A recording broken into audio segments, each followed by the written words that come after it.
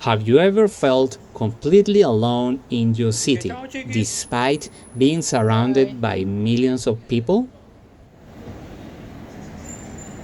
That is exactly what I feel every night here in Shanghai. And paradoxically, it is the time of day I look forward to most.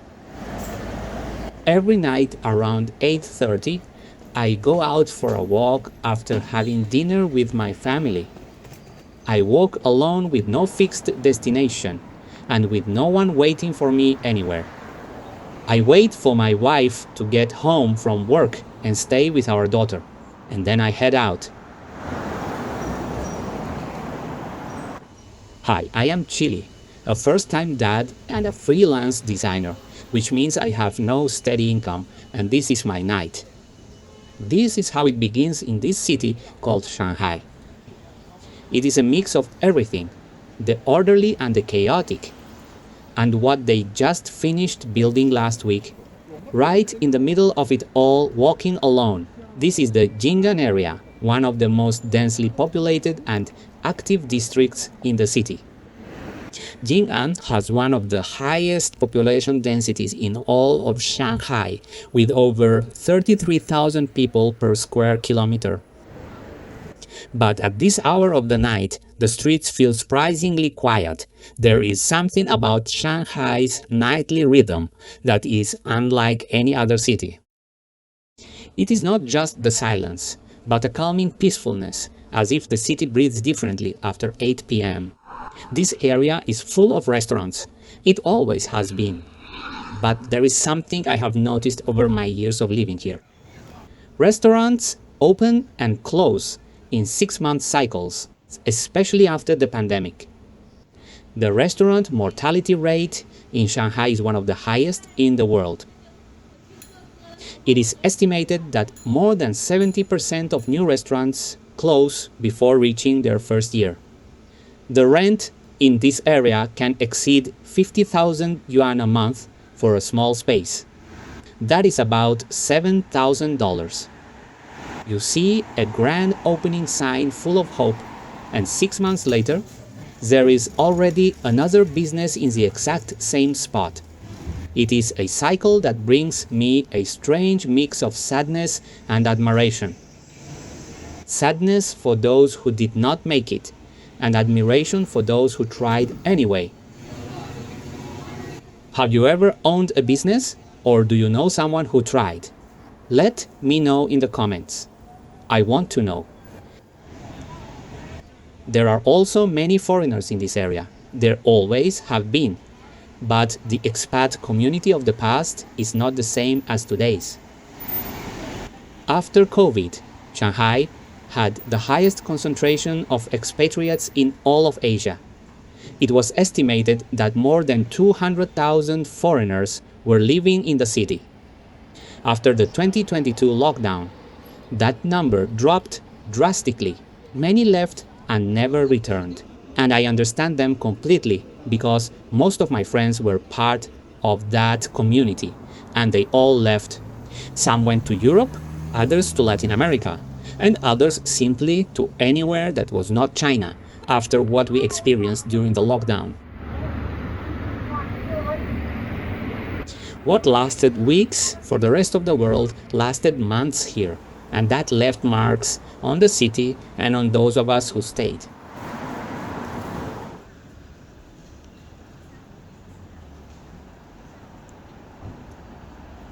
I walked by a restaurant with a couple dining inside.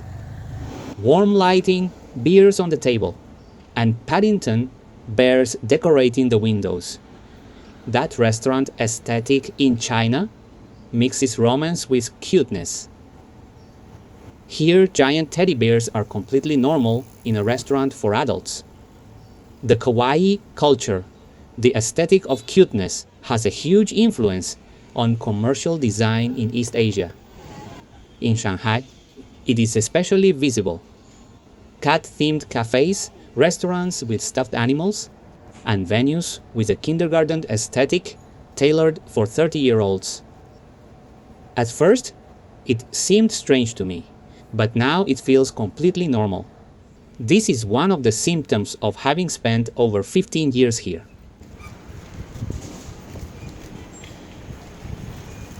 I turn a corner and come across something that always makes me pause. Kittens in a shop window, while their mother watches over them from above. In Shanghai, street cats are part of the urban landscape. Sometimes I spend too much time watching cats at night. I do not have friends to go to dinner with, but I have cats on the sidewalk.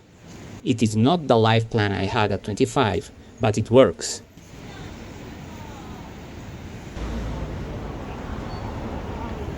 I reach the corner of Shanxi Beilu or North Shanxi Road, and there it is, as always. The Zappa restaurant, a restaurant serving food from northwestern China. North Shanxi Road is one of the main arteries of the Jing'an district. Its name comes from Shanxi province in central China. It is fascinating that on this specific street there are 2 or 3 Uyghur restaurants. These are communities that traveled thousands of kilometers from Xinjiang to settle in Shanghai, serving the food of their homeland in the middle of a megalopolis for decades.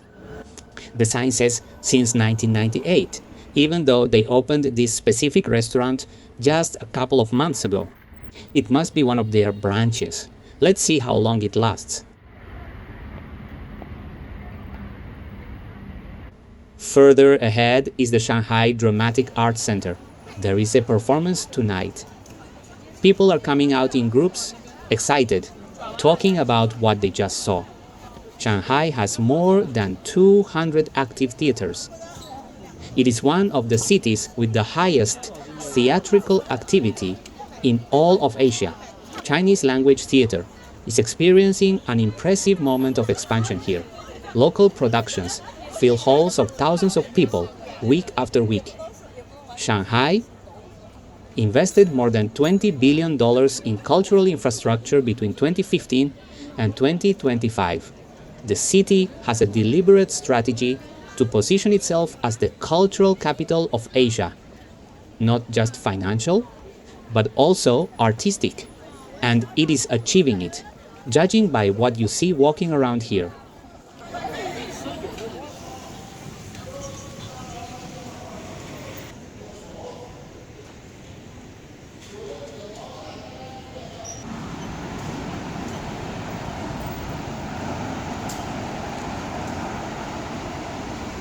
Further along, this building appears. It is new opened just last year. It is surrounded by trees, illuminated from below. It is the kind of urban investment that makes you wonder where so much money comes from. Yet, as this infrastructure grows, the small businesses around it struggle to survive.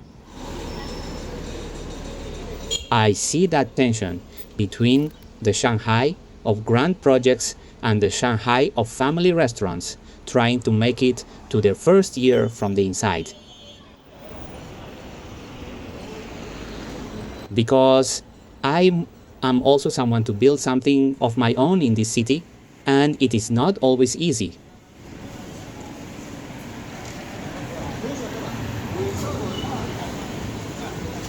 I keep walking. The street at night has a different energy than during the day. Restaurants with outdoor seating and people in soccer jerseys. The World Cup has just started.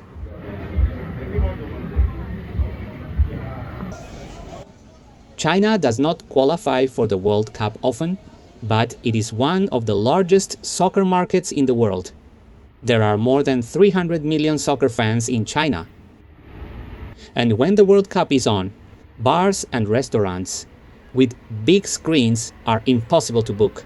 Even though we are on the opposite side of the time zone and the matches air in the morning or the middle of the night, here people still go. That level of passion for something that steals your sleep commands my genuine admiration. I no longer have that kind of energy for anything after 10 p.m. In your 40s, you become that kind of person. And that brings me to the topic that is hardest for me to talk about on camera. Since my daughter was born, I feel fulfilled. My heart is full, but socially, I feel completely alone. I do not interact with anyone outside of my immediate family. There are no friends to grab a coffee with, and no weekend plans with other people. Just the three of us and these night walks. Honestly, it is very hard. I am unemployed with no steady income, and I have all the time in the world to overthink it. These videos were born partly from that situation, a form of escape, a way to process what is happening, and perhaps it is a way to find something like a community in the audience. Because the creative industry here has been very quiet since my daughter was born. And I have been quiet along with it. Is there anyone else who feels that making new friends became harder after turning 40? Let me know in the comments. The city never stops. This is what I love most, and what weighs on me most about living here. There is always something open, and there is always movement, yet. If you have no one to share that movement with, the city can be the loneliest place in the world. Shanghai is like that, generous to those who have a network, but indifferent to those who do not. Yet tonight, walking alone through these streets, with the cats, the restaurants, and the theater, I feel very good. There is something in the silence of walking without a destination that gives something back to me. I do not know what to call it yet, but every night I look for it, and I always find it. That is all for tonight. A walk, a city, and a dad in his late 40s who is still learning to be alone without feeling lost. If anything I said today resonated with you, leave me a comment. Do you feel lonely in big cities, or did you find a way to build a community after 40? I read them all. And if you want to join me on these night walks and in the adventures of raising a bicultural family in Shanghai, you know what to do. Subscribe, hit the bell icon, and see you in the next video. Bye bye!